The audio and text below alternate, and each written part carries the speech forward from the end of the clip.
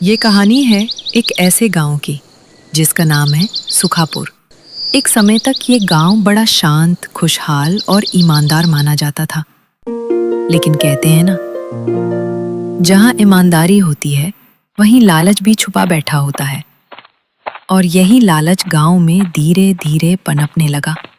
गांव में एक के बाद एक चौंकाने वाली घटनाएं हो रही थी। एक दिन गेहूं की चोरी, अगली सुबह चावल, फिर मक्का। और हैरानी की बात ये थी कि ये चोरी किसी आम घर से नहीं, बल्कि गांव के दुकानदारों और भंडार से हो रही थी। गांव के लोग परेशान थे। कोई कहता चोर गांव का ही है, कोई कहता बाहर का कोई गिरोह है। लेकिन सच्चाई क्या थी, ये किसी को नहीं पता था।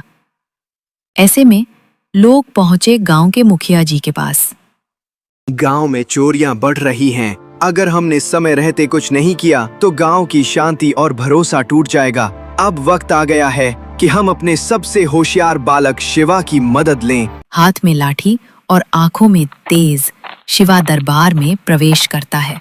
सबकी उम्मीदें अब उसी पर टिकी थी। शिवा ने सभी दुकानदारों और अनाज भंडारण करने वालों को बुलाया। फिर उसने उन्हें एक विचित्र आदेश दिया। मुझे चोर पकड़ने के लिए किसी तलवार या डंडे की जरूरत नहीं। मुझे सिर्फ थोड़ा सा समय और आपकी मदद चाहिए। आज रात को हर कोई अपनी दुकान या गोदाम में एक बोरी गेहूं रखे और उसके ऊपर मेरी दी हुई एक खास रस्सी बांध दे। यह जादुई रस्सी है। जो चोर आएगा उसका छिपा सच खुद सामने आ जाएगा। जादुई रस्सी? अरे वाह बेटा शिवा, तेरे दिमाग में तो कमाल की तरकीबें हैं। बताई। गांव शांत था, लेकिन हर कोई सतर्क था।